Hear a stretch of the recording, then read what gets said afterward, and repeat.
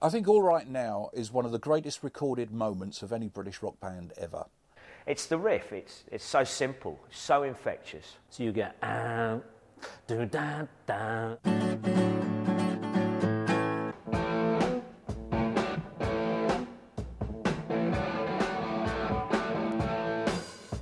She stood in the street, smiling from my head to her feet. I think one of the great things about Free was the way they constructed these truly memorable riffs just on one or two notes. When they were hitting on all four cylinders, there was really no band that could ever match them.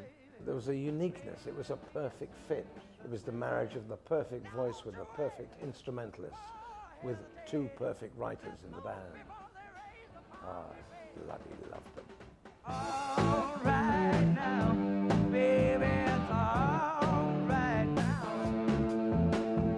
All right now, baby, it's all right now. Now wait a minute.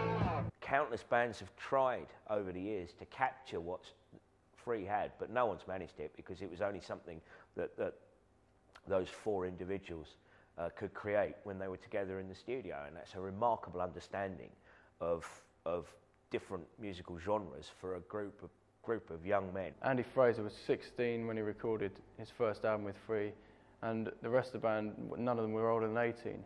So they had this real kind of nothing to lose attitude. Well, my father used to sing a blues. Sometimes it was good, but my mother never saw the use. She chased him for his blood. Paul Rodgers is the definitive, I emphasize and underline, definitive blues rock singer. He has the most wonderful, most expressive voice, which he knows how to use. If you take, for example, the track I'm a Mover from the Tons of Sobs album, the first album, it's just gut-wrenching, what the guy does. You know, he's just a natural blueser. When I asked the wise man which was the way, he said, follow your heart and look for yourself, and come back and tell me what you have learned. Yes, I'm a mover. Ah, that's right, baby. You know what I mean right now. Unlike a lot of the other vocalists that came out of that era, there was no gimmicks to it. There was no. You listen to someone like Robert Plant or Roger Chapman out of Family, and there's a lot of vibrato to it. And with Paul, it was just beautiful and clear. I have personal experience of working with Paul, and one of the great things about working with Paul is you can rehearse a track in the studio. He'll know the track, he'll do a couple of run-throughs, and then we'll do 2 takes. And each one is keepable, each one is fantastic.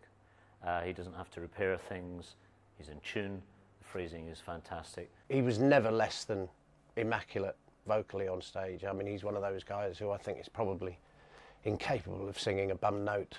It's just not in him to do that. If he's tired or whatever, he just cannot sing out of tune, which is why he's one of the great singers. By the time he joined Free, he was almost a veteran of a myriad of small R&B inspired bands. And Free were the first band of any note to sort of make a name for Paul Rodgers. One of the obvious things about them was that they were very photogenic, very sort of attractive guys. Paul Rodgers was a fantastic mover. He was probably one of the first guys to work the microphone stand, which became a kind of cliche later on. I mean, you look at people like Rod Stewart and such like, but Rodgers was really, really great. He was the real kind of like immediate focus of the group.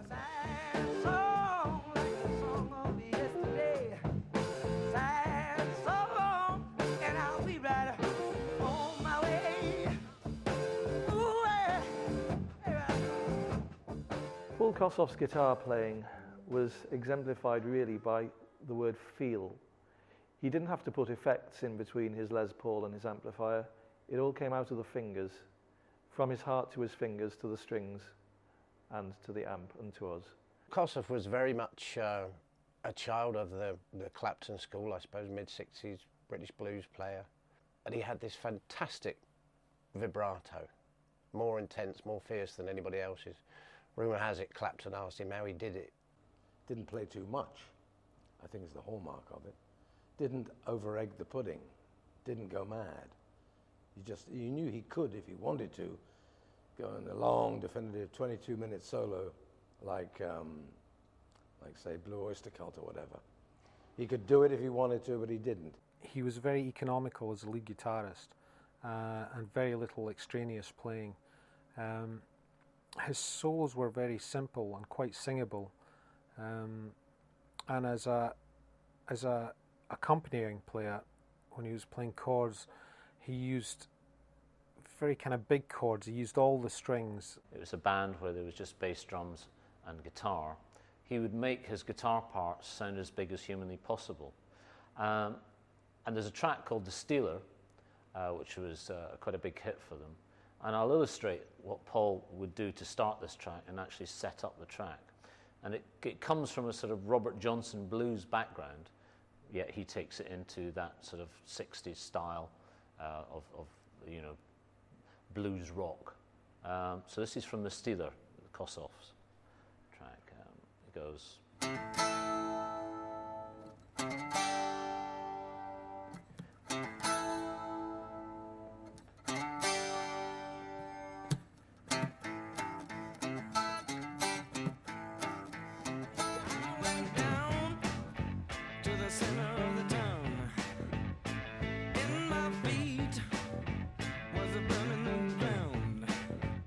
It starts just a pull off from the C here.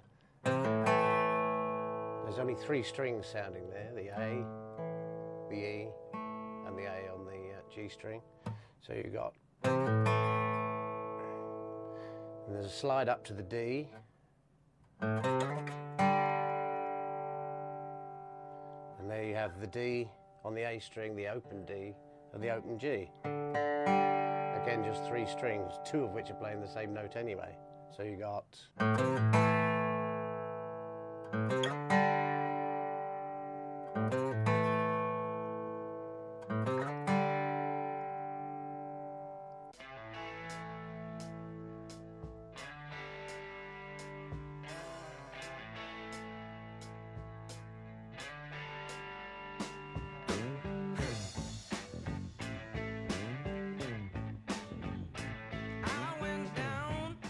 He would solo mainly on the neck pickup on the Les Paul, which is commonly regarded as a kind of rhythm pickup, and he'd play most of his lead on the bridge pickup, which is regarded as the solo pickup.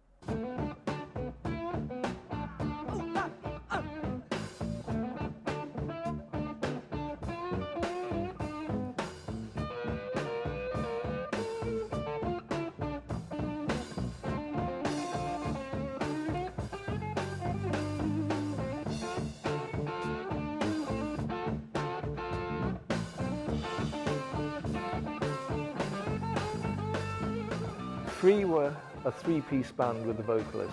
It's a lineup that's very difficult to carry off unless you've got really good musicians. Obviously The Who have managed it, Black Sabbath have managed it, Led Zeppelin have managed it. Now Free had a secret weapon in Andy Fraser, the bass player, because he played almost a style of lead bass, which was not just anchoring with the root note all the time as bass players are wont to do, but basically means that the music would give him the space to come up the neck and play notes at the top of the fretboard and really get another angle to the song.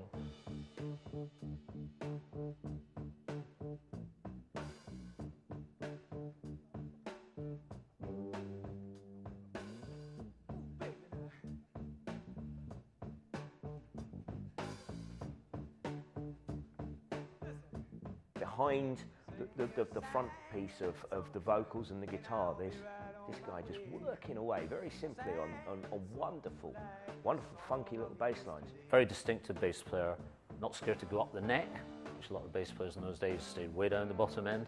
They call going up the neck, going up the dusty end.